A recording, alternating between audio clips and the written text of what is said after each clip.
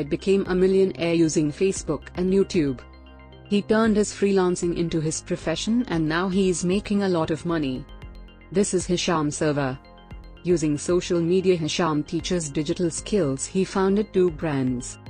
Being Guru in Work Chest, where people can meet and create tech solutions. He empowers the community by changing the way Pakistanis think. He believes there is a work culture beyond 9 to 5.